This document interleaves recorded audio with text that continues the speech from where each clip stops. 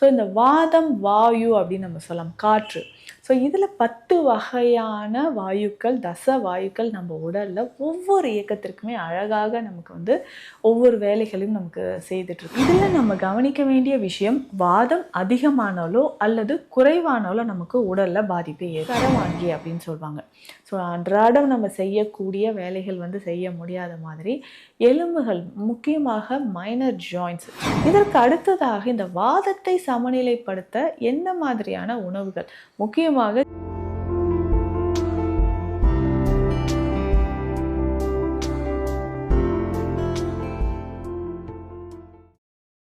வரம் நேயர்களுக்கு வணக்கம். நான் டாக்டர் நித்யா, சித்தா பிசிஷியன்.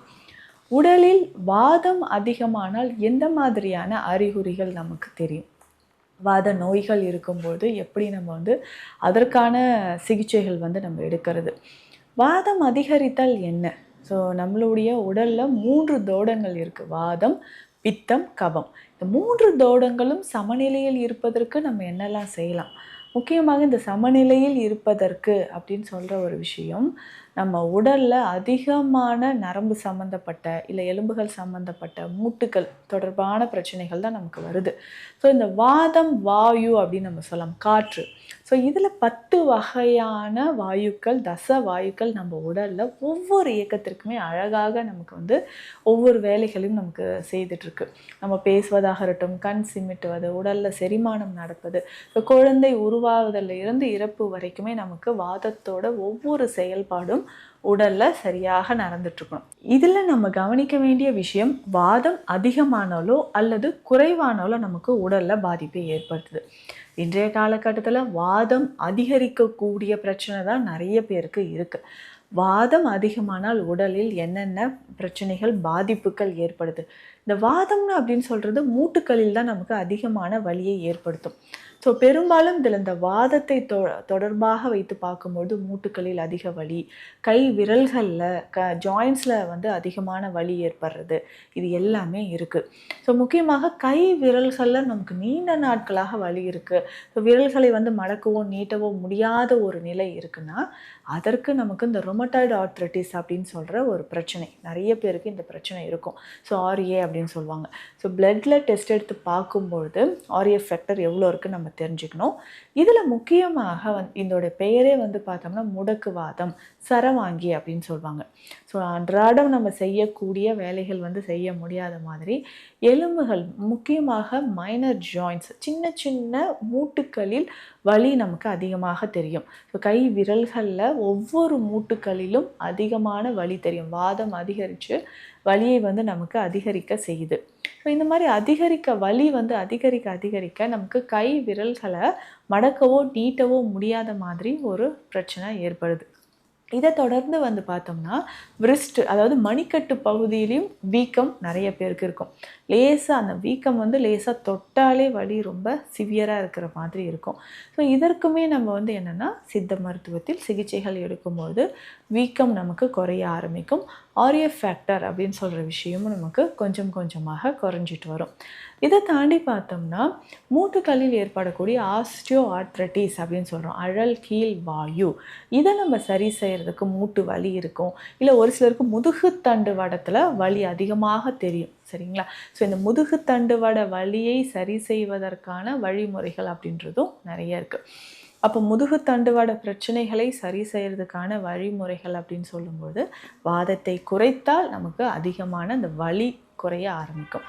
மூட்டுக்களில் வலியோ இல்லை இடுப்பு பகுதியில் ஏற்படக்கூடிய வலியோ இதை சரி செய்கிறதுக்கான வழிமுறைகள் நம்ம நிறைய இருக்குது. ஸோ இதை வந்து நம்ம தொடர்ந்து ஃபாலோ பண்ணும்பொழுது உடலில் நிறைய மாற்றங்கள் ஏற்பட ஆரம்பிக்குது.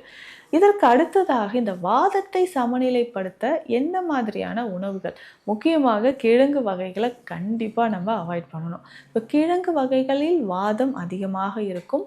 அதே மாதிரி நம்ம வந்து இந்த புரோட்டீன், பருப்பு வகைகள் சேர்ந்து இருக்கக்கூடிய உணவுகள் நிறைய எடுக்கும்போதும் இந்த வாதம் அதிகரிப்பதற்கான வாய்ப்புகள் இருக்குது. ஸோ அந்த மாதிரியான சில உணவு முறைகளையும் பருப்பு வகைகளையும் நம்ம வந்து தவிர்க்கும்பொழுது உடலில் நிறைய மாற்றங்களானது ஏற்பட ஆரம்பிக்கும். ஸோ அப்போ வாதம் இருக்குன்னா நம்ம உடலில் தொடர்ந்து கிழங்கு வகைகள், பருப்பு வகைகள் இது எல்லாமே நம்ம தவிர்த்துட்டு வரணும். வாதத்தை சமநிலைப்படுத்துவதற்கு என்ன பண்ணலாம்னா, தினம்தோறும் இரவு தூங்கும்பொழுது விளக்கெண்ணெய், இப்போ பாலில் வந்து மஞ்சள் கலந்துட்டு கொஞ்சம் ஒரு 1/4 டீஸ்பூன் அளவுக்கு மஞ்சள், நல்ல சூடான பாலில் மஞ்சள் கலந்துட்டு இதில் வந்து விளக்கெண்ணெய் 5லிருந்து ஒரு 8 துளிகள் ட்ராப்ஸு, ஸோ 8 ட்ராப்ஸ், ஒரு 8 ட்ராப்ஸு வந்து நம்ம கேஸ்டர் ஆயிலை அதில் யூஸ் பண்ணிவிட்டு நைட்டு தூங்கும்பொழுது குடிச்சிடணும்.